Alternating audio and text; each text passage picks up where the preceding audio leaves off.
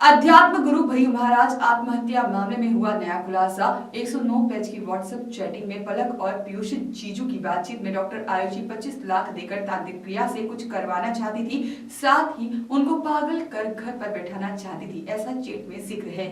आध्यात्मिक गुरु भय्यू महाराज की कथित खुदकुशी के मामले में एक नया खुलासा हुआ है। कोर्ट में पेश की गई व्हाट्सएप चैटिंग ने इस मामले में एक नया ट्विस्ट लाकर खड़ा कर दिया है, जिससे अब जांच की दिशा भी बदल सकती है। भोपाल फॉरेंसिक अधिकारी ने अदालत में लगभग 109 पेज की व्हाट्सएप चैटिंग पेश की है, जिसमें आरोपी पलक और उसके जीजा पीयूष से उसकी बातचीत का विवरण है और इसमें तांत्रिक का उल्लेख भी किया जा रहा है, जिसे भय्यू महाराज पागल हो जाए और घर भेज जाए। आध्यात्मिक गुरु भय्यू महाराज आत्महत्या के मामले में पलक के मोबाइल से निकली चैटिंग में कई बातें सामने आई हैं, जिससे जांच की दिशा बदलने का भी अनुमान लगाया जा रहा है। पुलिस ने आरोपी पलक का मोबाइल जब्त किया था।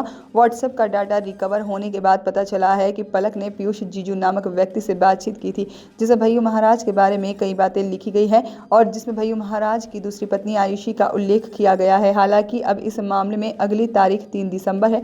कोर्ट में अब तक 31 गवाहों के कोर्ट में उन्हें पेश कर उनकी गवाही ली जा चुकी है और इस मामले में विनायक पलक शरद के अलावा भय्यू महाराज के नौकरों को भी आरोपी बनाया गया है। इधर व्हाट्सएप चैटिंग सामने आने पर एक नई बहस चल रही है। पलक की पीयूष नाम के युवक से हुई बातचीत में यह बात सामने आई है कि भय्यू महाराज को हरदा बुलाने की भी योजना की, लेकिन वह नहीं गए थे और इसके बाद एक होटल में रुकने की बात भी इस सेटिंग में कही गई है। गुरु महाराज की दूसरी पत्नी डॉक्टर आयुषी को लेकर तांत्रिक क्रिया कराने की बात 25 लाख रुपए देने का हवाला भी इस चैटिंग के अंदर साफ तौर पर देखा जा रहा है, जिससे और पूरी जांच में नया खुलासा होने की उम्मीद लगाई जा रही है। भय्यू महाराज आत्महत्या को लेकर सुनवाई कोर्ट के अंदर चल रही है। अभी फोरेंसिक जांच और चैटिंग भी कुछ सामने, क्या क्या निकल के आया है चैटिंग के अंदर? अभियोजन की कहानी ये थी कि प्रकरण में पलक, शरद और विनायक मिलकर महाराज को ब्लैकमेल कर रहे थे और उन्हें गलत दवाइयाँ देकर डिप्रेशन का शिकार कर रहे थे। अभियोजन ने अभी तक 31 गवाह कराए।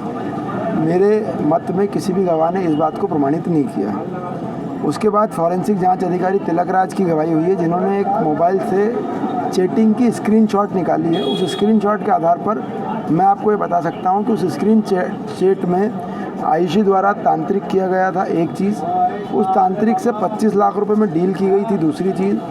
तीसरी चीज़, कुहू जब आने वाली थी महाराज की मृत्यु के ठीक पहले, जब उसको इंदौर आना था, तब कुहू का कमरा आयुषी ने बिगाड़ दिया। ये साथ ही उसके भी पहले भय्यू महाराज की पूर्व पत्नी, महाराज के पिता और कुहू की फ़ोटोग्राफ पिक्स आयुषी ने जला दी है। ये सब चीज़ें रिकॉर्ड पर आई है और इस सब से ये चीज़ आई है रिकॉर्ड पे कि आयुषी महाराज को मेंटली हरास करती थी, आयुषी महाराज को प्रताड़ित करती थी और ये आत्महत्या का कारण है, ऐसा हमारा मानना है।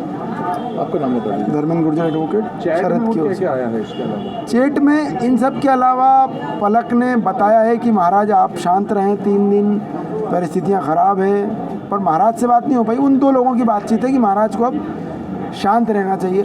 चैटिंग में कहीं भी भय्यू महाराज का नाम का जिक्र नहीं है। इसके अलावा आयुषी का नाम ज़रूर आया है।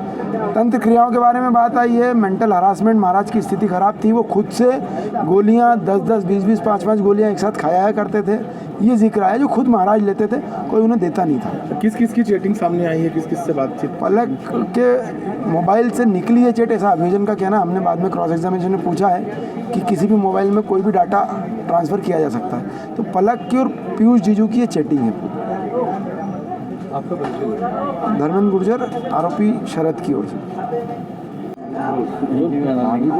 3 दिसंबर को आगामी सुनवाई है भय्यू महाराज केस में। अभी कई चैटिंग भी सामने आई है, क्रॉस एग्जामिनेशन होना बाकी है।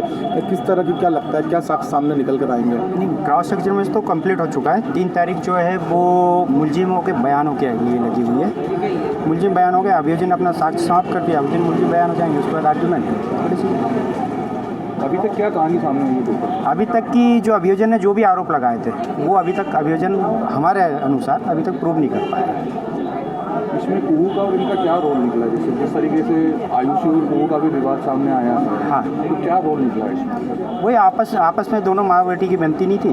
वो अपने कुहू जो थी वो इसको माँ मानने को तैयार नहीं थी, इसी आधार पर उनके झगड़े होते थे। टोटल ओवरऑल देखा जाए तो पूरी प्रॉपर्टी और इनसे रिलेटेड झगड़ा मान सकते हैं हाँ पूरा प्रॉपर्टी के लिए। इसमें मतलब डॉक्टर आयुषी पूरे तरीके से हक जताना चाहती थी जिस तरीके हाँ से ये जो मुकदमा बना है इसके आधार पर तो आज की तारीख में अपन ये कह सकते हैं कि आयुषी ने सारा जो भी है सिर्फ महाराज की प्रॉपर्टी को कब्जा करने के लिए ये सारा षड्यंत्र है। इसमें विनायक और इनका क्या रोल आया? विनायक का तो कोई रोल ही नहीं आया, किसी भी गवाह ने नहीं किया। महाराज का वफादार था और हमेशा तत्पर रहता था, महाराज जैसा कहते थे वैसा काम करता था। कितने पन्नों की चार्जशीट दायर की गई थी और चार्जशीट जो दायर की गई थी वो 660 पेज के लगभग की गई, 650 साठ। तो उसमें चार्जशीट में कहीं आया है कि विनायक शरद नहीं, या जो पलक सब जगह शंका और नाम आए हैं, ना कोई गवाह ने करा है ना ही चार्जशीट आप भी पढ़ लें तो कुछ भी नहीं निकलेगा। पलक का क्या रोल निभाया गया? पलक का कोई रोल नहीं, पलक तो 1.5 साल से महाराज से दूर थी, आश्रम से छोड़ दिया था उन्होंने, वहाँ से नौकरी छोड़ दी थी।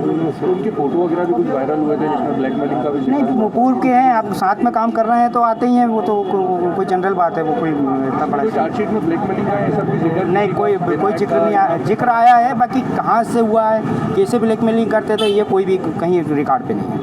आपका परिचय? आशीष चौरे विनायक की ओर से। Bureau report, voice of rights.